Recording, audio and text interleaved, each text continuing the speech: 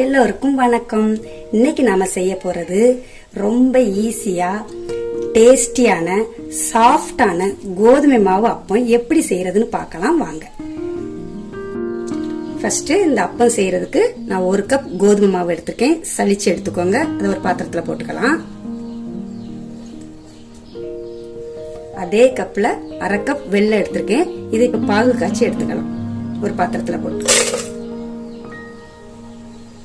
அதே கப்ல 1/2 கப் தண்ணி எடுத்திருக்கேன். 1/2 கப் வெல்லமும் 1/2 கப் தண்ணியுமே இதுக்கு சரியா இருக்கும். இப்போ ஸ்டவ்ல வச்சிட வேண்டியதான். இப்போ இந்த வெள்ள பாகுக்கு பதம் எதுவுமே கிடையாது. கரைஞ்சு வந்தாலே போதும். வெல்லம் கரைஞ்சாலே போதும். லோ ஃப்ளேம்ல வச்சே பாத்துக்கோங்க கரைஞ்சி வருகிறத. இப்போ வெல்லம் நல்லாவே கரைஞ்சிருச்சு. ஸ்டவ் ஆஃப் பண்ணிட வேண்டியதான். வெள்ளப்பாகு நல்லா சூடா இருக்கும் போதே இந்த கோதுமை மாவோட சேர்த்துக்கோங்க. அரிச்சு எடுத்துக்கோங்க. தூசு மண் இருந்தாலுமே வந்துடும். இப்போ இதை நல்லா மிக்ஸ் பண்ணிடுவோம். ஒரு விஸ்கு அல்லது ஒரு கரண்டியை வச்சு நல்லா கட்டி விழாம மிக்ஸ் பண்ணி எடுத்துக்குவோம். இப்போ இந்த மாவுக்கு தேவையான அளவுக்கு கொஞ்சமா தண்ணி சேர்த்துக்கலாம். பார்த்து சேர்த்துக்கோங்க.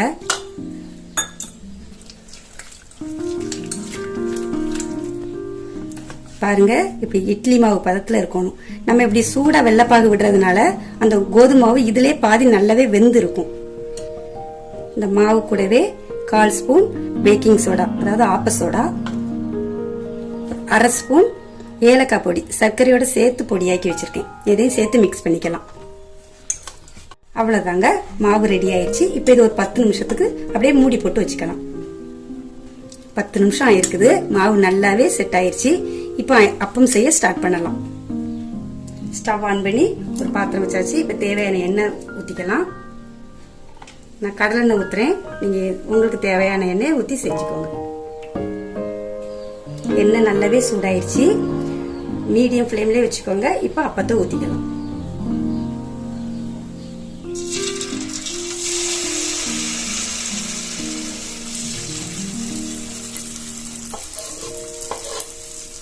கொஞ்சம் தள்ளி தள்ளி விட்டுக்கோங்க.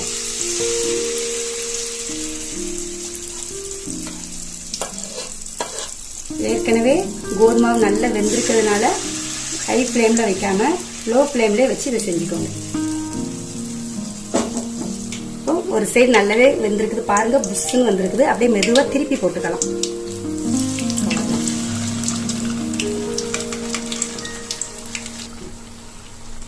அப்போ நல்லா வெந்துருச்சுன்னா இந்த சுத்தி உள்ள பபிள்ஸ் எல்லாம் அப்படியே குறைஞ்சு வரும். அதுலயே நீங்க பார்த்து எடுத்துக்கலாம். இப்போ நல்லாவே வெந்துருச்சு. பபிள்ஸ் எல்லாம் நல்லா குறைஞ்சு வந்துருச்சு. நம்ம அந்த டைம் அப்படியே எடுத்துக்கலாம்.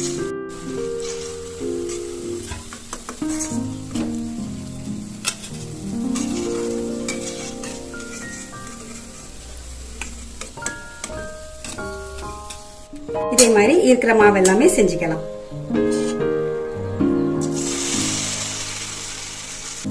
அவ்வளவுதாங்க, அப்பம் எல்லாமே ரெடி ஆயிடுச்சு. பாருங்க எவ்வளவு அழகா புசு புசுன்னு வந்திருக்குன்னு. கொஞ்சம் லோ ஃப்ளேம்லயே வச்சு மட்டும் செஞ்சுக்கோங்க.